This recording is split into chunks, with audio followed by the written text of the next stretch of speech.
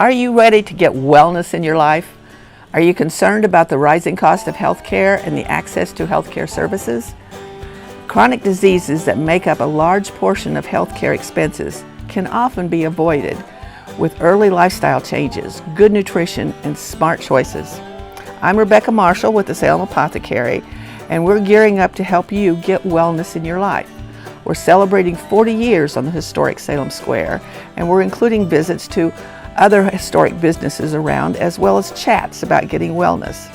So this morning, I want to talk to you about the sign we have had out front that's called the Compounding Pharmacy. Compounding Pharmacy, we've had that sign out there for about 20 years. And Compounding Pharmacy is, to me, kind of an oxymoron, because that compounding is what pharmacy is all about. If you've ever visited me here at the store, you know that I like to talk about the history of the building that we have, and that we are the fourth pharmacy to be located in this building. Well, when a building was built in 1876, Mr. Henderson was the first person to be here who was called a doctor but wasn't, and had a pharmacy but wasn't really a pharmacist. He was an MD. But if you think about 1876, an MD was the pharmacist, or the pharmacist was the MD. And the number of products that was available for that doctor to even prescribe was much, much smaller than what it is today. And they were things that had to be made on site. Now, after Mr. Henderson, the store became the Rutter's Pharmacy. There was Mr. Rutter Sr. who began it, and then his son, William Rutter Jr. was the one who was actually a pharmacist, as was his daughter, Des Rutter, who I'm always proud to talk about because she was the first woman to be licensed as a pharmacist in the state of Indiana. And that was also because that was the first licensing of pharmacists at the turn of the century, the early 1900s, when both she and her brother became pharmacists by going to pharmacy school, which back then was just a 2-year program. Now it's a 6-year program. But that kind of indicates to you too also the amount of products that needed to be studied and could be studied at the time. So when both Des and her brother began the pharmacy in the early 1900s, everything was compounded. It was made from scratch, so to speak, which is kind of what compounding is all about. World War I came along, which developed a certain amount of medicinals that became a little more prevalent. World War II was the place where a lot more medicines were developed because of antibiotics, wound care things, and all that kind of stuff that came along with that big war, World War II. So by the time that Des and her brother stopped their pharmacy business, there were many more commercial products on the market. And so compounding, making the product, began to sort of fade into the background. Then you come to when Max and James Apple had it, when this was Apple's Drugs, in the 50s and 60s. There was a lot of development of commercial products there. Certainly pharmacies still did some compounding. They still made some things. They put together some creams and ointments. They might have made some liquids out of things that were not commercially available as a liquid. But slowly as the years progressed, pharmacy became much more a product-driven service rather than a making or a compounding service. When we bought the store in 1985, I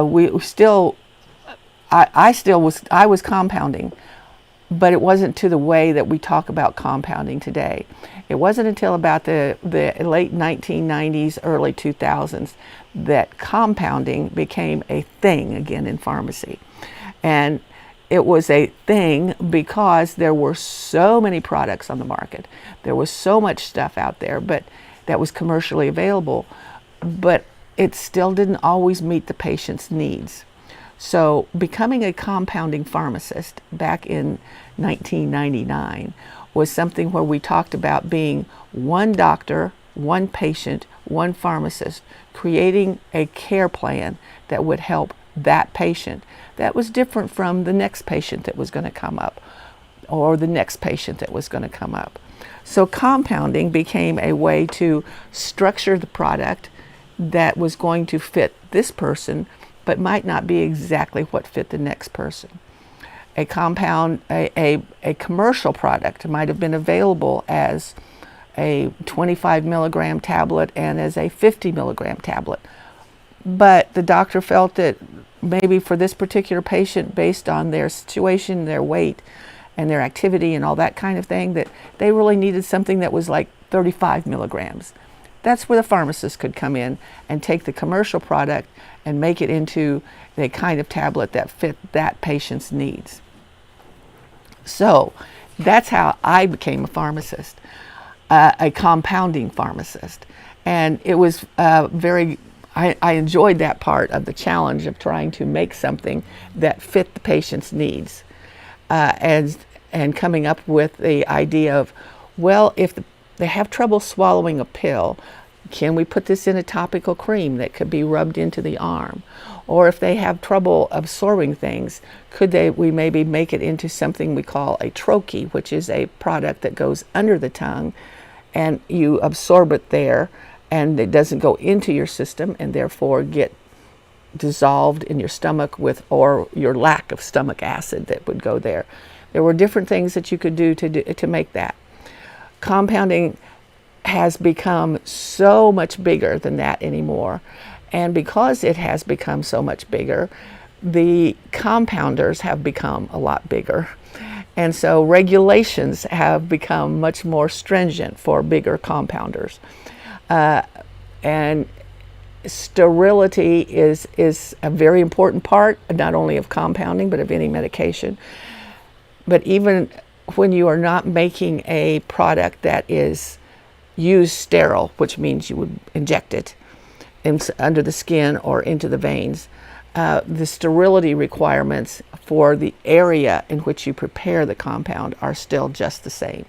And that's what makes being a compounder today more difficult than it was 20 years ago, let alone 50 years ago.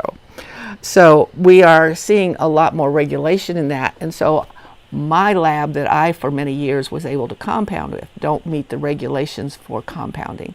So that's why the compounding sign is now not up at the apothecary. Doesn't mean I don't like to compound and don't like to, but the definition now of compounding is that even adding a flavor to a medicine is considered compounding now. So that was one of the things that I did a lot in the early 2000s is commercially available liquids for children for antibiotics.